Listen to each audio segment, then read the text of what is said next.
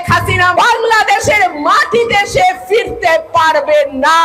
বাংলাদেশের রাজনৈতিক অঙ্গন নতুন মোড় নিচ্ছে।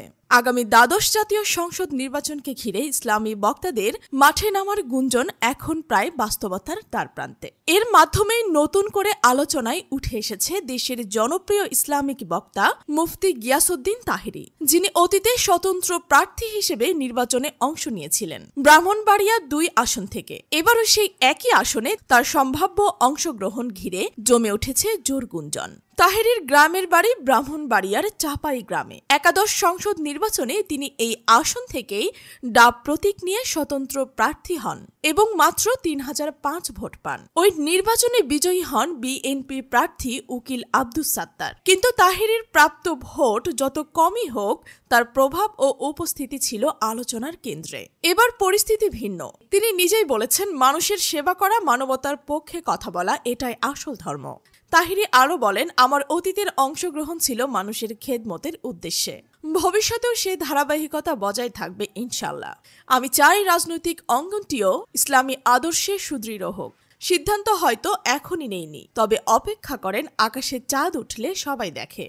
ইনশাল্লাহ আপনাদেরও জানিয়ে দেব।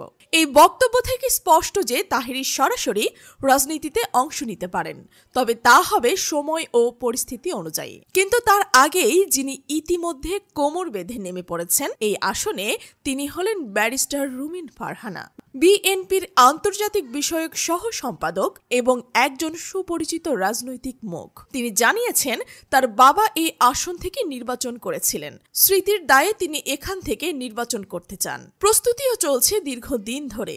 স্থানীয় পর্যায়ে প্রচারণা শুরু হয়ে গেছে।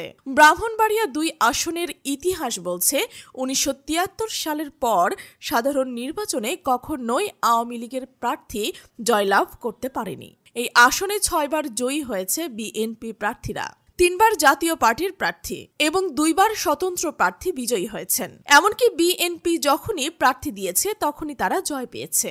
এমন এক বিএনপি ঘাঁটিতে এবার যদি তাহেরী নির্বাচন করে, তাহলে তা হবে এক বড় রাজনৈতিক চ্যালেঞ্জ।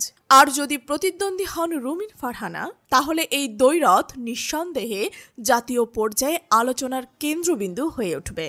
একদিকে ইসলামিক বক্তার জনপ্রিয়তা, অন্যদিকে তরুণ, মেধাবী এবং আন্তর্জাতিক পরিমণ্ডলে পরিচিত এক রাজনীতিক। তবে এখনও নিশ্চিত নয় তাহেরী আদৌ নির্বাচনে নামছেন কিনা। তিনি সময় চেয়েছেন, কিন্তু রাজনৈতিক পট পরিবর্তনের এ সময়ে যেভাবে ধর্মীয় বক্তারা রাজনীতির দিকে ঝুঁকছেন, তাহেরীর অংশগ্রহণ পুরোপুরি উড়িয়ে দেওয়া যাচ্ছে না। এখন প্রশ্ন একটাই, আসন্ন নির্বাচনে ব্রাহ্মণবাড়িয়া ২ কি হবে তাহেরী বনাম রুমিনের মুখোমুখি লড়াইয়ের মঞ্চ, নাকি এর মধ্যেই লুকিয়ে আছে আরো বড় কোনো চমক? উত্তর জানার জন্য আপাতত অপেক্ষা করতে হবে আগামী কিছু সপ্তাহ। কিন্তু এইটুকু নিশ্চিত, এই আসন ঘিরে এবার রাজনীতির উত্তেজনার পারদ অনেকটাই ওপরে। আর রাজনীতির এমন টানটান উত্তেজনার খবর, বিশ্লেষণ আর মাঠ পর্যায়ের আপডেট পেতে চোখ রাখুন আমাদের ইউটিউব চ্যানেলে। নতুন এমন আরও ভিডিও সঙ্গে সঙ্গে পেতে আমাদের চ্যানেলটি সাবস্ক্রাইব করুন।